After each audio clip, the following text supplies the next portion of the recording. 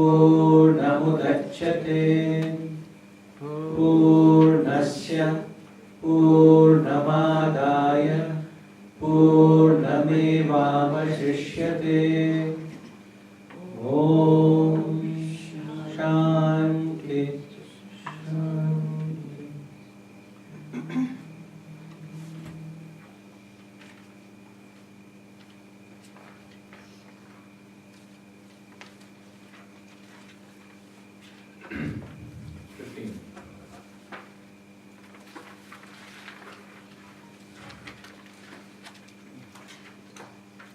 हिरण्मयेन पात्रेण सत्यस्याभिहितं मुखं तत्त्वं पूषन्नपावृण सत्यधर्माय दृष्टये हिरण्मयेन पात्रेण सत्यस्याभिहितं मुखं तत्त्वं पूषन्नपावृणु सत्यधर्माय दृष्टये.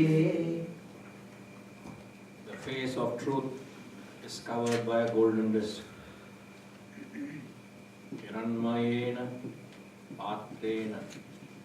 O sun, remove it so as to be seen by me, who is of the nature of truth. Satya Dharmaya, I am the nature of truth. So, very, very interesting concluding verses to the text. Verses 15, 16 and 17 are talking about the sixth wave, which actually he's dramatizing what happens at the stage of realization. It's just a dramatization, so don't take it literally. So, the drama of realization is being enacted. It depicts the depth of the ego here, as we learned yesterday. When the river merges with the ocean, the individuality dies and one gains the totality.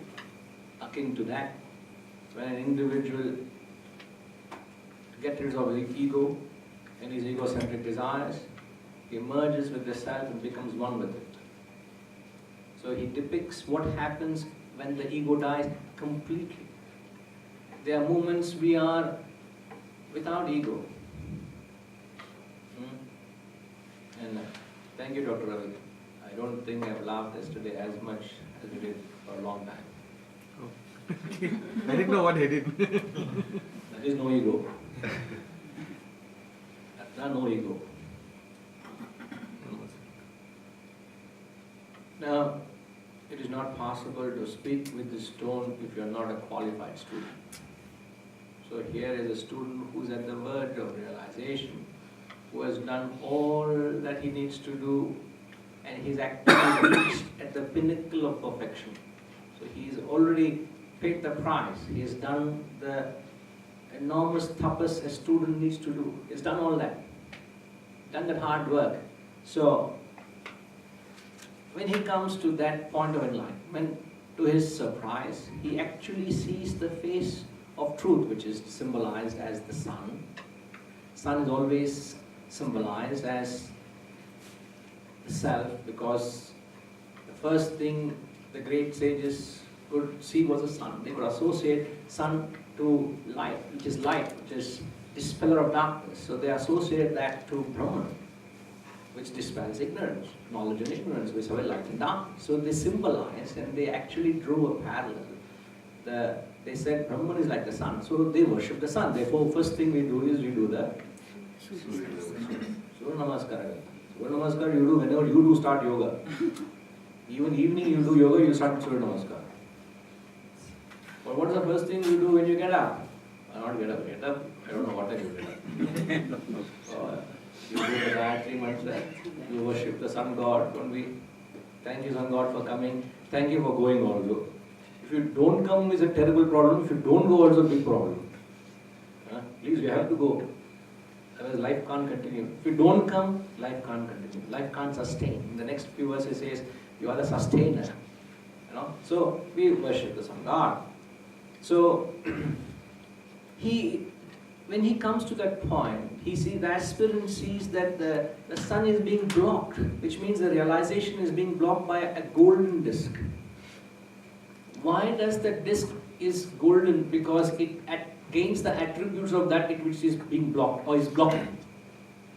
When something is close to that, anything is close to each other, the law of attachment applies. When you are attached to something, you borrow the qualities or traits of that which you are attached to.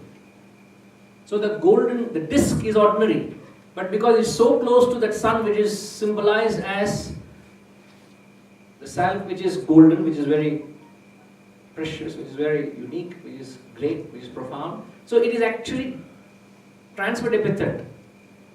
When you say it is an hospitable door in English language, it's not that the door is hospitable, the inmates, the hosts are very hospitable people. But we say it's a hospitable door. Similarly, when he says the golden disc, it represents the nature of which it is covering. What is it covering? It's covering the self, which is of golden nature. Therefore, it carries the same trait. And when he says it, remove it, he says. Just remove it, man. It is not a beggary. It is not a demand. It is a sheer commandment. Ayya, appa, remove pannuppa. Look for the garden of polu. Car park par.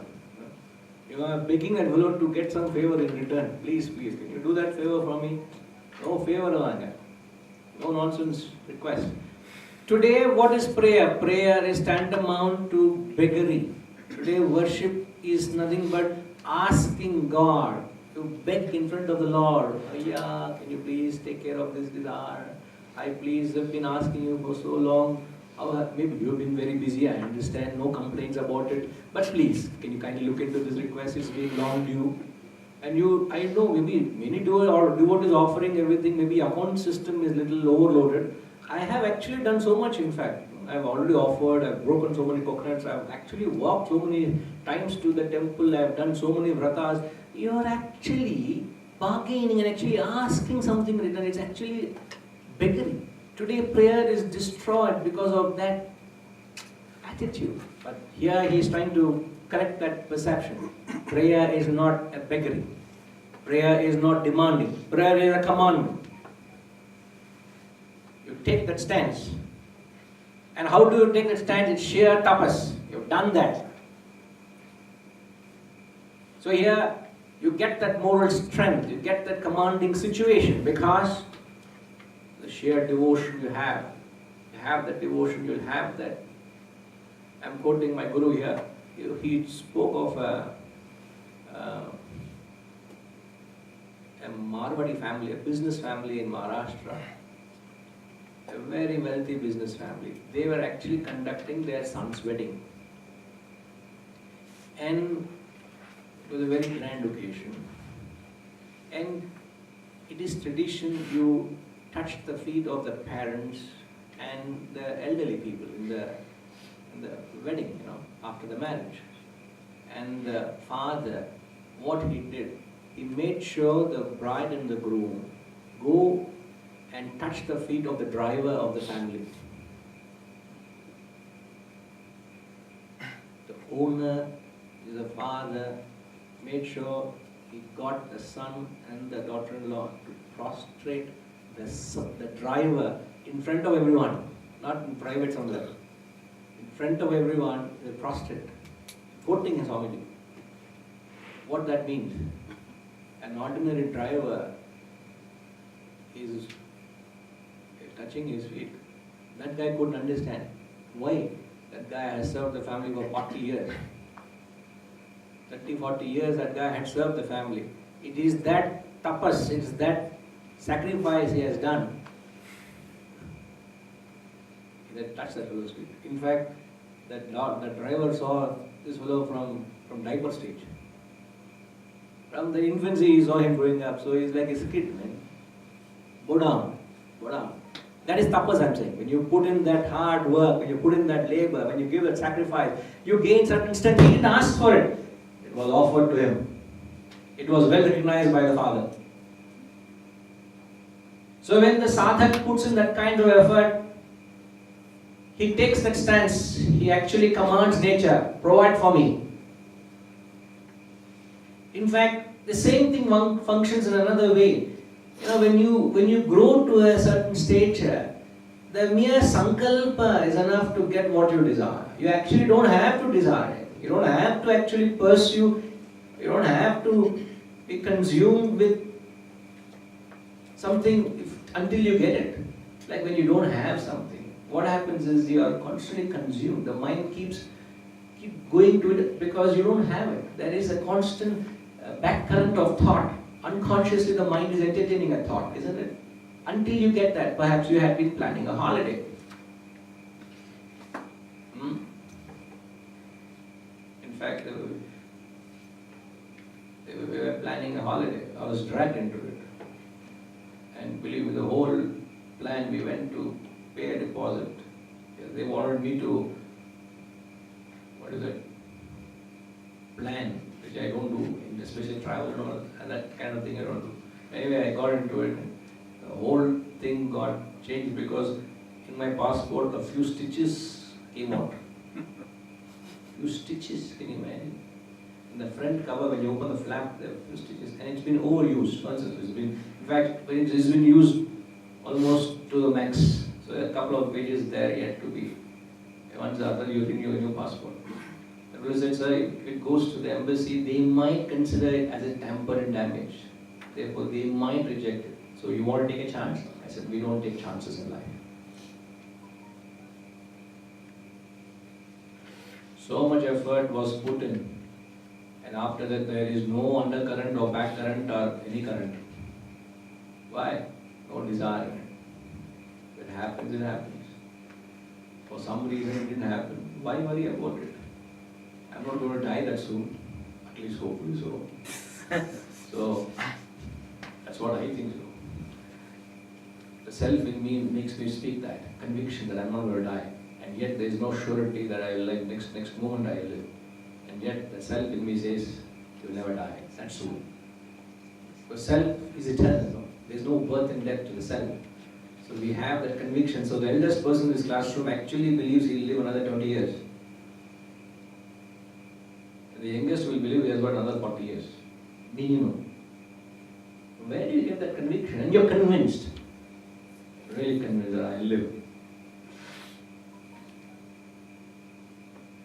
So the mere sankalpa, you look at that side, it's done. You look at this side, it's done.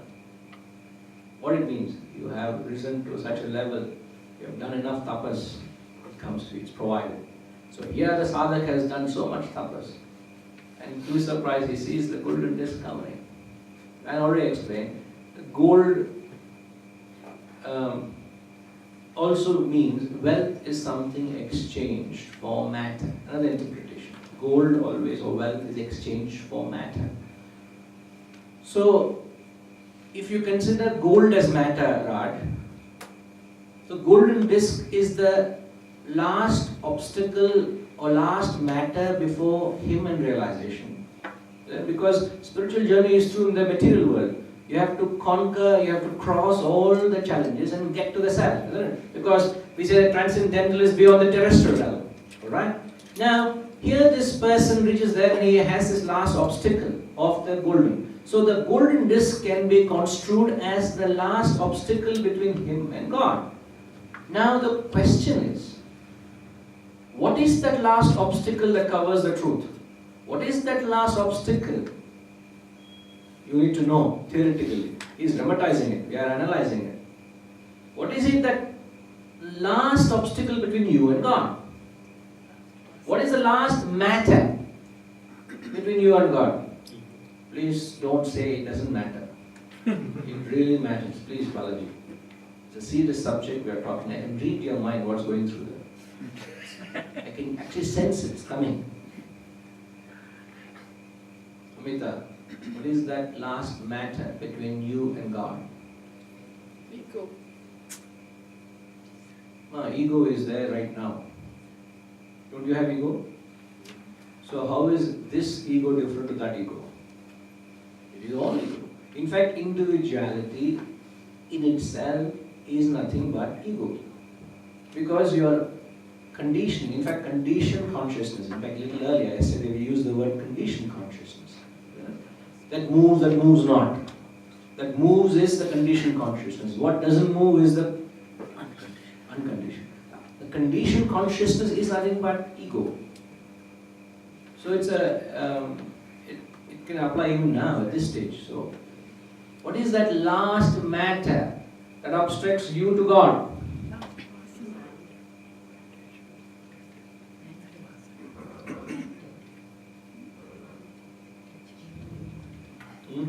The last thought, sir. The last thought. What is the last thought? The desire to realize the self itself. So the last thought, the very desire to self-realize is itself, in itself, is an impediment for realization. A desire which replaces all other desires, that desire to realize is known as mokshatva. And we are reminded of that in the morning prayer. Pratasmarami hridi samspuradatma tattvam Satchit sukham paramaham sagatim turiyam Yat swapna jagara sushuptama veti nityam Tat brahma nishkalamaham nacha bhuta sangaha Tapo bhikshina papanam Shantanam vitaraginam Mumuksho nama pekshoyam Atma bodho vidhiyate. Only when you have the mokshatva, then you get the Atma bodha. Bodha is knowledge, Atma is the knowledge of the self. So what takes you towards the journey of the self is mokshatva. So here is a desire, here is the desire of the transcendental, the desire for God replaces all your desires. Known, unknown, yet what you got, what is yet to come. What you have, what is yet to come, agami, the future vasanas, the prarabdha, what you are born with, all the desires are eradicated by that one desire for the self. But when the student reaches to that verge of realization, he is not able to do anything with that desire for the self. Therefore, he is as if to say, I do not know how to take care of it. Please remove it, O nature of truth. He is not able to do anything. He is helpless. You got into the door, but the maid has bolted the door, main door from inside. You told her to lock it, because I have the key. But she has bolted from inside and slept. How to open? You can't break open the door and go into the house, your own house. The last obstacle is there. You are wondering, how do I go? Something like that. Will you be able to know that's your last? When you get there.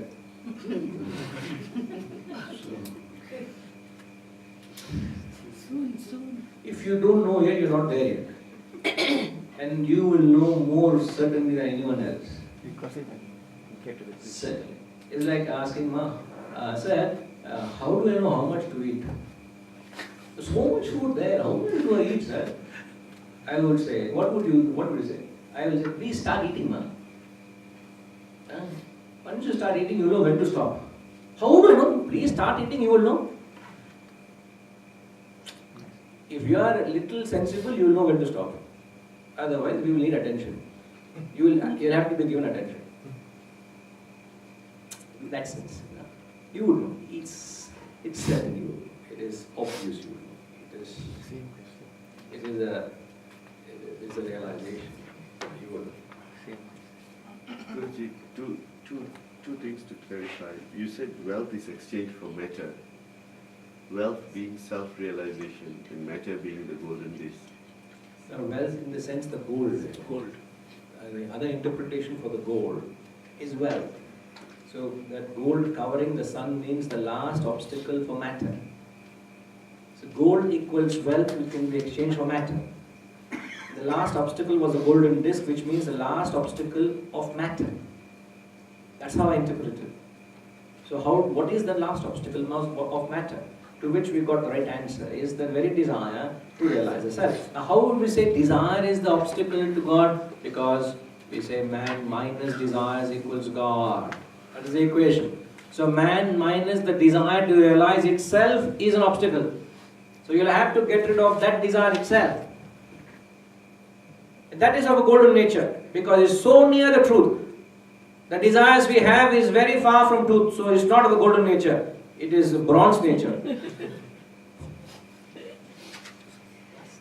It is plastic nature, paper nature, no nature, contrary to nature. Not no nature, contrary to nature. Adharma, our desires are dharmic nature.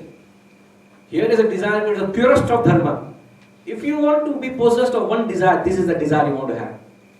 Desire to realize yourself. Dare you, challenge you, cultivate it. Challenge you. If you can cultivate it, show to me. That can pep you up. I am ready for the challenge. Inna Shanti Ma, Vasanti Ma. Correct?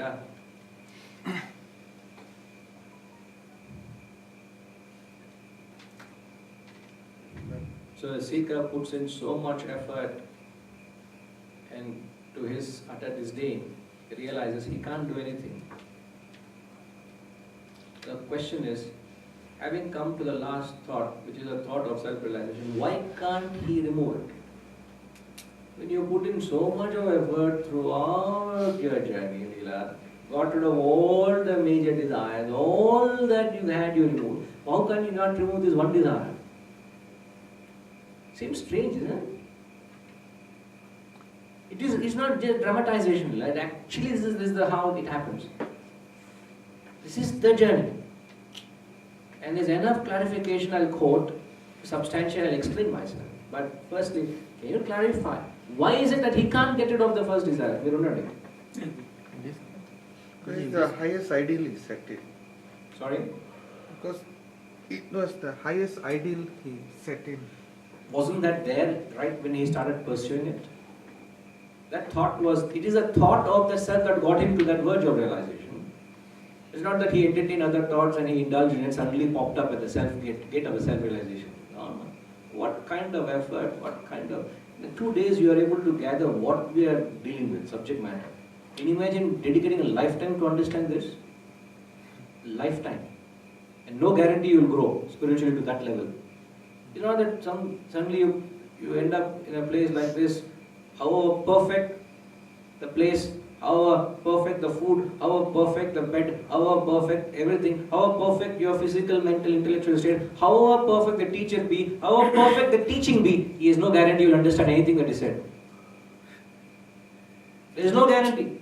That means there is so much beyond our capacity. It needs, as I said, it's just a peephole. We are just seeing through what is there. You see through a hole and say, oh, this house can be robbed, it's a gold mine.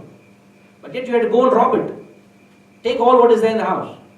Something like that. Something is like a gold mine. But you need to invest your lifetime to dig and dig and dig, and then you get it. And in spite of that, no guarantee. So this person has done all that effort and come to that last one innocuous thought, which is the desire which got him to that gate of realization. He can't do anything with it. Sounds strange, eh? And yet it is a fact, he can't do anything with it. Therefore you actually have to surrender to nature and say, oh God, please take care of this. I have done so much to come here. Please don't do this to me. Actually you are helpless and you surrender to nature and say, oh nature, oh Lord, oh Isha, yeah, please do that little bit. I've done everything. You know that. So it's almost helplessness. It is in fact utter helplessness. And it's very, very, very, very touching. That surrender. That attitude, that devotion. For a person who has slogged out the whole life, may not be this Janma, how many Janmas he has slogged to come there, and he's at the mercy of nature at that last moment. There's no arrogance. There's absolutely no arrogance. So the question is, why can't you remove it? It's because no, it isn't becoming. You still see self-realization as an object. Duality, right? You still But that is only perception. It's an object. You still see that as an object. From the subject. And so he has done everything to become the subject, but there is some obstacle. we are only describing the state of partial realization. A partial realization is when a seeker sees the God everywhere. Only a standpoint is saying that that's what he is. When you become fully realized, you become one with the self. That's another state we're describing, the absolute state. Now, he is at the state where he is, in fact, he's already crossed the partial realization. I think we can say that, isn't it? He's already crossed the partial realization. He's about to get to realization and this is blocking. He's in between, as it were. He's already crossed. He's not a destructive partial realization. He's already crossed all that. It's just that last bit. The thought of realizing is very strong. The vasana is very strong. Obviously, it's because it's strong, it got you till there. If it's weak, you will lose your track. But why can't he get rid of that desire? He can't. It's not that he's not having the capacity. He just can't. Anyone cannot. None of us can. If we reach that state, we cannot. How can, if it's been unknown to him, how did he reach that far?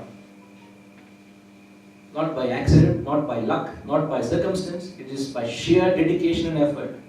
You can't be hitting the bullseye every time. Not by accident. You can't replace that last. Correct. You don't have any other thought to replace that thought. Hats off to you. Because you got up this morning, that's the reason you are able to produce. Otherwise, I would doubt it. I would never expected that answer from anyone. Hats off to you. I mean, it's not that easy to fathom that thought. See, don't we say renunciation? What is the principle of renunciation? The principle of renunciation is you can't renounce anything.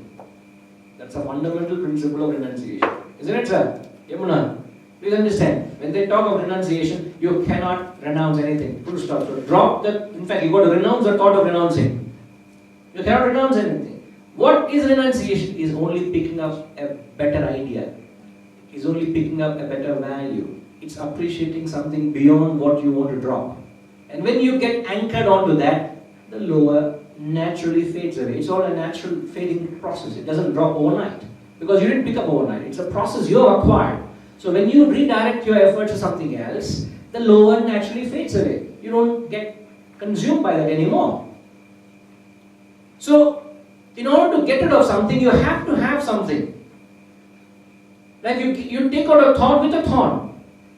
You replace a thought with a thought. Now this person has come to the pinnacle, the pyramid of spiritual development. At that point, there is no other thought for him to replace with. He can't deal with anything else. There is only one thought. What do I do? He doesn't know. Therefore he says, oh Lord, please help me to remove that thought. I do not know what to do. I can't do anything with it because there is nothing else I can replace it with. The last thing is the thought of God. After that is just God itself. There is no thought of God also. You become that very God itself. So he can't do anything. So he is utterly helpless. So you completely surrender. Remove it so as to be seen by me who is of the nature of truth. Oh God, oh nature, oh providence, please do that. For God's sake, please do that. The actor surrender. I don't know any other concept of surrender greater captured than this. There is no other surrender. All that you have done, you just still need to surrender. All of our lives, not just here, all our lives, we always do what you can and leave the fruit to totality. You leave the fruit to totality. Let that providence, as Shakespeare says, there is a divinity that shapes lions. Your job is just to do what you have to do, and I continue to do what I have to do. Let the fruits be defined and molded by providence. Man, who am I to define it? Isn't it, Leela? Isn't it, Amita? Why are you taking the fruits into your hands and say, I desire that, I need to get that? It doesn't happen that. Everything in life. Let providence decide. Yes, sir?